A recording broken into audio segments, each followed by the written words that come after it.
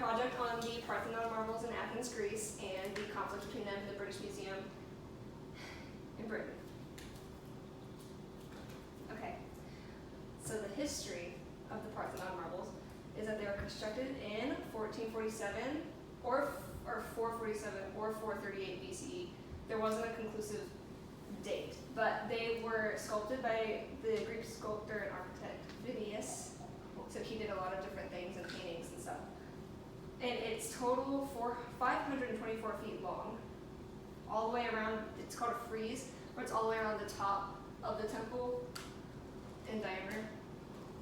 They stood until 1801, and then Lord Elgin from the UK came into Greece during the Ottoman Empire rule. And he was there because he was the ambassador of the Ottoman Empire. And he saw the marbles, and at the time the temple was being used as housing for ammunition for the Ottoman Empire, and he saw that they were getting destroyed and broken constantly. So he decided to ask the Sultan at the time if he could take them back to Britain to preserve them or what have you. So he had permission from the Ottoman Empire to take them back at that time. In the actual piece of paper, what they're saying, it said, for quote, "Take away some pieces of the stone with old inscriptions and figures with no opposition made," was the piece of paper he was given. So he ended up taking 247 feet out of 524, so it's about half.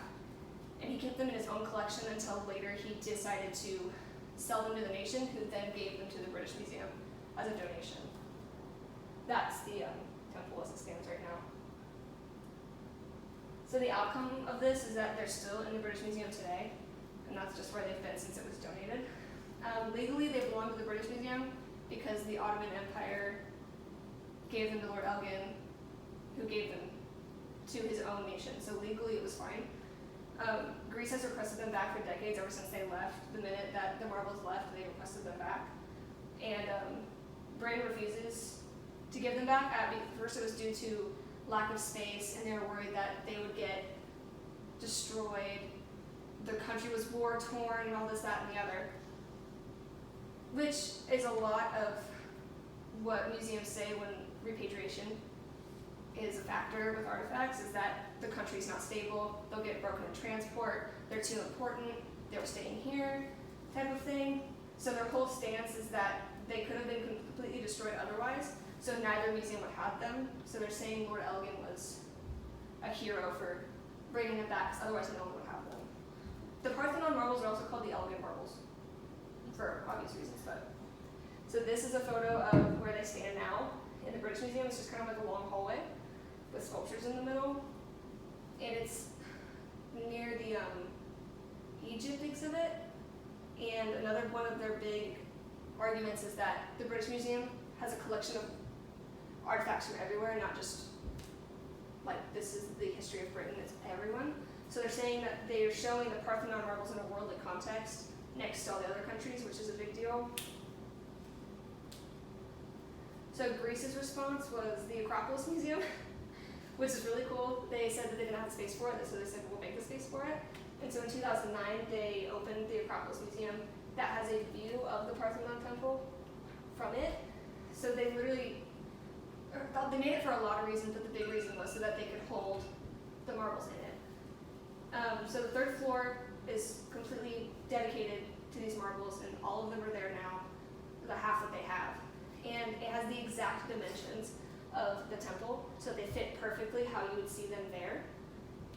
The parts that aren't there are plaster casts. So if a lot of the stones are broken in half, pieces are missing, and that all those pieces are in the British Museum. So out of context, they don't make a lot of sense because there's just a torso or just a head, and they're just floating in space on a stick, and that doesn't make a lot of sense. So out of pettiness and also to show context, they made plaster molds of the whole thing and put them next to it, which is really interesting because it shows they didn't try to make it look like the original marble. It's the stark white plaster against worn old marble.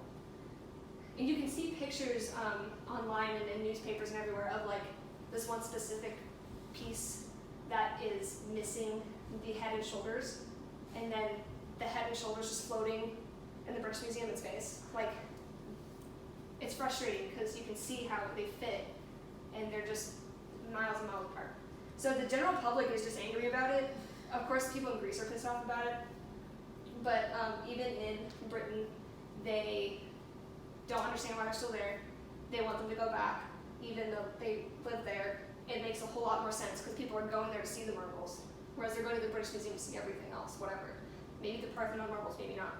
So it makes a lot more sense that they're all connected in their own context where you can see where they came from. The British Museum's response to this is that they would loan them to the Acropolis Museum just for a little bit, but then they want them back later just to make sure. So this is a picture of the third floor. So this is where all the marbles go, or should go. So there's a space for the ones that are supposed to be there as well. And then there's also sculptures taken by Lord Elgin as well. He's like a lot of different things, but yeah, so you can see how I really like this exhibit because it's not just like them on the wall, it's showing them how you would see them naturally. That's the view from the Acropolis Museum of the temple. A lot of the Acropolis Museum is mirror windows, so you can see. And in this, I don't know how well you can see, but this is the original marble, and then these are plaster, and this is also plaster. That one's original, so you can see like they fitted them to it as well as they could, the pieces that they had and could find. Because Lord Elgin would break the marbles up, and so the British Museum saying that he saved the marbles isn't fully in context because they were destroyed in the process of him removing them. So the big question is, should the marbles be returned or not? That's the huge debate between scholars and newspapers and civilians, and everybody's talking about it. It's not just like this high profile case. It's just, it comes down to, does it make sense or does it not make sense at this point? The professional's opinion in the field is the general consensus is they should be returned, and there's no real reason why they haven't been. The original statement that there was no place for them is no longer existent. That can only go so far. They still refuse to make a statement on the fact that the Acropolis Museum exists. They are just ignoring anybody who tries to help them figure out what's going on with the marbles. They will not talk about it anymore. They have an official statement on their website that basically says the two museums should work together, but then refuse to have a discussion with the Acropolis Museum. The Ottomans are no longer in control, so even though Lord Elgin legally gained the marbles, he did not gain them from Greece, he gained them from the Ottoman Empire. So that is no longer, just ethically, that doesn't make sense anymore. UNESCO is a huge organization that usually stays out of conflicts between museums, and they had a convention and had Article 7 and 13, which was very pointed towards this particular issue, that basically said that repatriation of objects that were falsely taken should happen just across the board in a discussion type of thing. And then they also commented on this issue, which was a huge deal, and they urged Britain to take Greece's offer.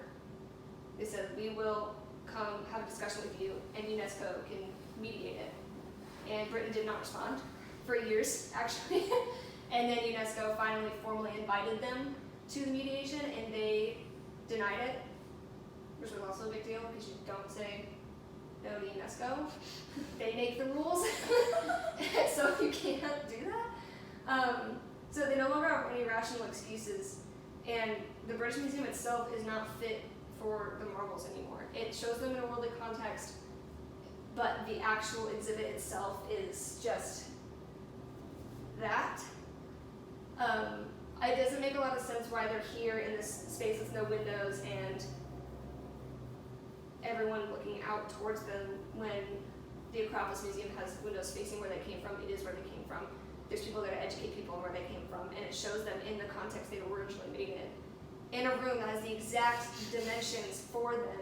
There's just no excuse anymore at all. So, in conclusion, they should be returned to Athens. There's no reason they haven't been. I cannot think of one. Anyone who writes articles on them cannot think of one reason it shouldn't be, except that legally they are belonging to the British Museum. But that needs to be reevaluated, considering the Ottoman Empire doesn't exist anymore at all. So it wasn't even theirs to give in the first place. The British Museum has a history of this type of behavior as well. They have a lot of sketchy objects that don't have a lot of history behind them, and people aren't sure where they came from, things like that. Or we know exactly where they came from, and they still are like, no. And when you have this much evidence that this is where these objects came from, it was falsely taken from a country where it should still be, then you give them back. Per UNESCO's rules, you should be able to say, here you go, sorry about that, thank you, have a good day. That's not what they've done.